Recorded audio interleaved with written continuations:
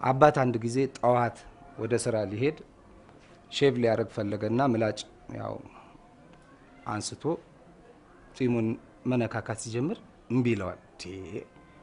ምን ሆኖ ነው አልቆርጥ ያለኝ እንዴ? ትላንት አይደለ እንዴ እኔ የገዛሁት ምንድነው ምናምን እያለ ሲሞክር እምቢ ይለዋል።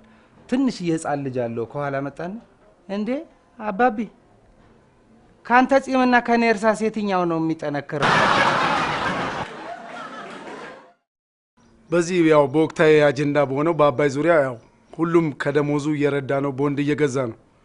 በአጋጣሚ ያው የመከላከያ ሰራዊታችንም የአንድ ወር ደሞዛቸውን ለአባይ ሰጥተው ነበር እና የኢትዮጵያ ዜና አገልግሎት ዜናውን ለመስራት አንድ ባልደረባ ተልኮ ይሄዳል።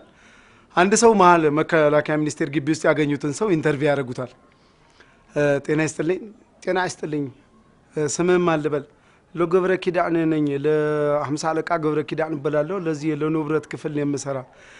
እሺ እንግዲህ ያው የተለያዩ መስሪያ ቤቶች የአንድ ወር ደሞዛቸውን ለአባይ እየሰጡ ነው፣ መከላከያዎችም የአንድ ወር ደሞዛቸውን ሰጥተዋልና በዚህ ላይ ያለ አስተያየት ምን ይመስላል? በጣም ነው ግርም የሚለኝ ነገር ለዚህ ለአባይ ጥሩ ነው፣ በቃ ደስ የሚል ነገር ነው። ግን ድሮ አባይ ይሄ ለዛፋላ ለግንድ ነበር ይዘው የሚዞረው፣ ግንድ ነበር ይዘው የሚወጣ ይሄ ለአፈር ለደለል ምናምን አላል ለዛ ነበር ይዘው የሚወጣው እና እሺ አሁንስ እንዴት ነው?